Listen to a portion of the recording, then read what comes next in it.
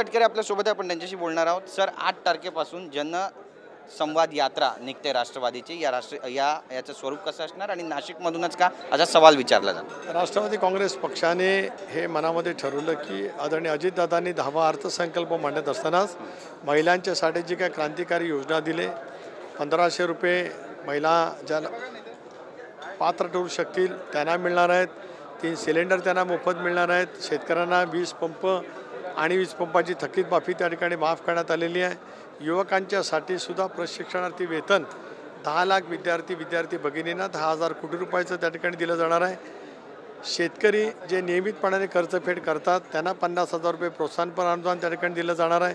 त्याचबरोबर सोयाबीन आणि कापूस उत्पादक शेतकऱ्यांना 5,000 रुपये प्रति हेक्टर 2.5 हेक्टरपर्यंत त्या ठिकाणी राज्य सरकारच्या माध्यमातून दिलं जाणार आहेत.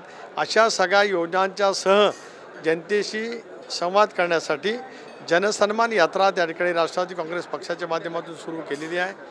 उत्तर महाराष्ट्रातून त्याची सुरुवात आम्ही करतो. नाशिक, धुळे, नंदुरबार, जळगाव, त्यानंतर मग पुणे, मुंबई उपनगर, ठाणे आणि मग विदर्भ, असं 31 ऑगस्टपर्यंत या जनसन्मान यात्रेचा पहिल्या टप्प्याचा तपशील आम्ही आपल्यामार्फत त्या ठिकाणी दिला आहे.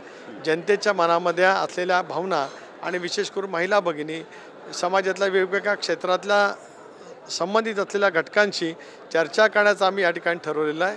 हे करत असतानाच महायुतीचा घटक पक्ष भाजप आणि शिवसेना या त्या जिल्ह्यांतील आमदार किंवा वरिष्ठ नेते असतील त्यांच्याजवळ सुद्धा दादा संवाद करणार आहेत. पण विरोधक जे आहेत, सर एक महत्त्वाचा प्रश्न आहे. तर आपण पाहतोय की जनसंवाद यात्रेबद्दल माहिती दिलेली आहे या ठिकाणी आणि पुढील प्रश्नांना उत्तर देण्यासही त्यांनी नकार दिलेला आहे. याला आता जनता कशा पद्धतीनं उत्तर देणार हे पाहणं सुद्धा महत्त्वाचं ठरेल. कॅमेरा पर्सन योगेश गुरवसह गिरीश गायकवाड, TV9 मराठी, मुंबई.